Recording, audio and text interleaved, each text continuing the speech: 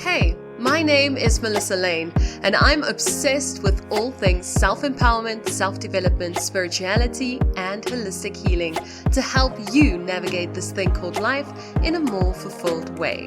Ever felt like you missed the class on how life works?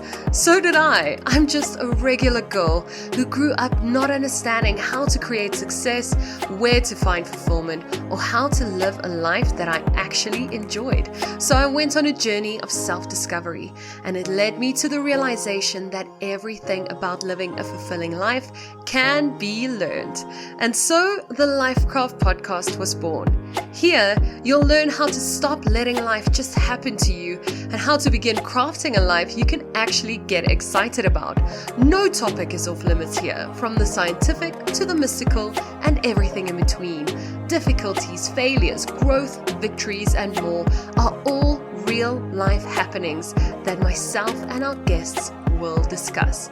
Think of this as your library to life, where you can tune in whenever you feel like you have no idea what you're doing. Get ready to be challenged and encouraged to craft a life you're actually excited to wake up to.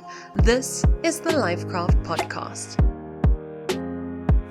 In this episode of 7 Minutes to Success, we feature Dr. Nicole LePera, better known as the Holistic Psychologist. In this clip, Dr. Nicole shares one of the reasons we like to stay in our ruts, how to begin getting out of them, and why meditation can feel difficult for some people to do.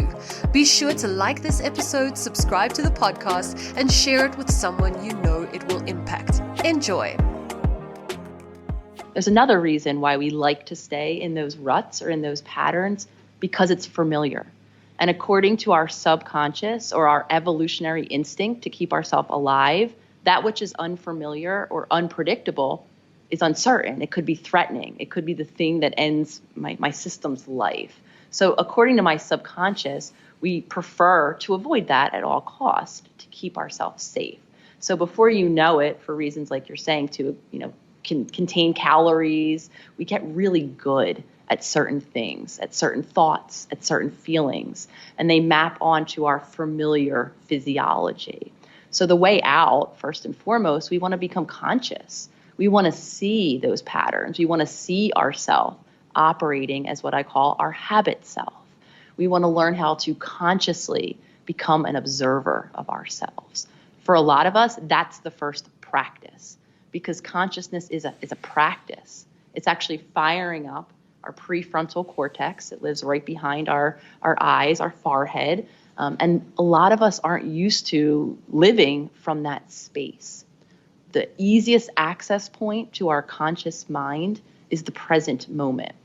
And I like to reference using hooks for our attention, because a lot of us, we don't flex our muscle of attention very often at all.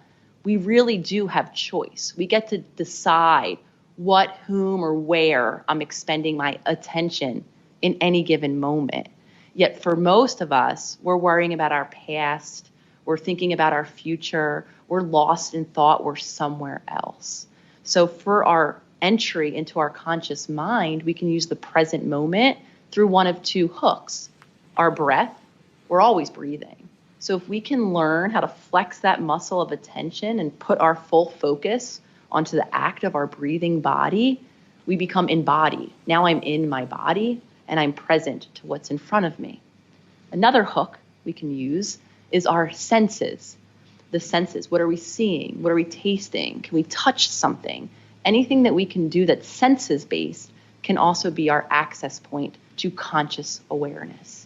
The more consciously present we are, the more we have choice. We can begin to create new habits and patterns in this moment.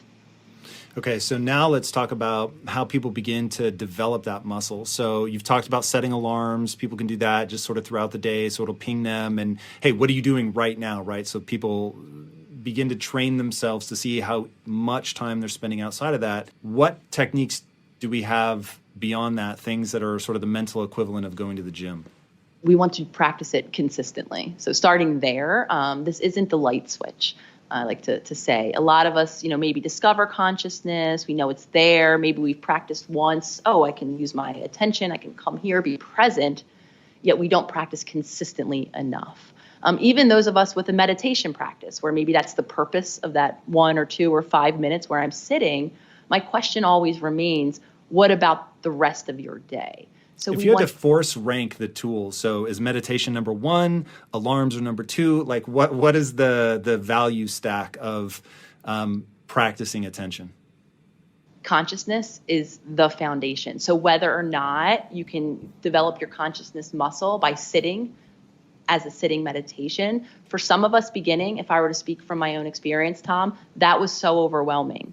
My body didn't feel safe. My thoughts raced. I felt so agitated when I would try to sit silently that I actually began to build my consciousness muscle in real time, setting those alarms. Because I found that as I went about my day and my alarm went off, and say I was on a walk, being consciously present on my walk felt a little less intimidating. So I say that to say consciousness is the practice.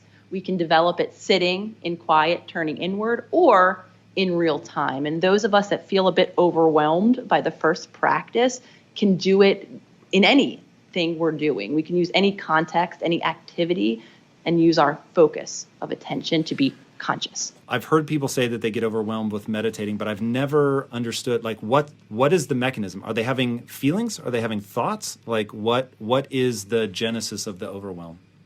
Well, interestingly enough, we can't disconnect those two, because thoughts thought long enough lead to a feeling. So in my opinion, and this is part of the limitation, I believe, in the old model, when we try to think about CBT, change our thoughts, change our bodies, change our actions, because those are connected, they're in communication at all times. So before long, a thought long enough equals a feeling. So for some of us, when we sit, it's that monkey mind, my racing thoughts. If they're worrisome thoughts, before long, I'm in worry now. And so that's what's spinning people out of control. They're sitting there, suddenly there's no activity to keep them from just like, I have to do this and this and this.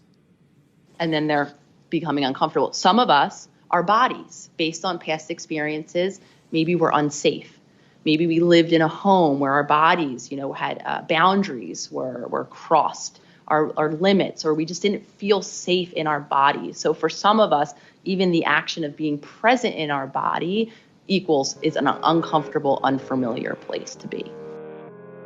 Thank you for tuning in to this episode. Remember, this is only a segment of the whole presentation. Please follow the link in the description below to listen to it in full.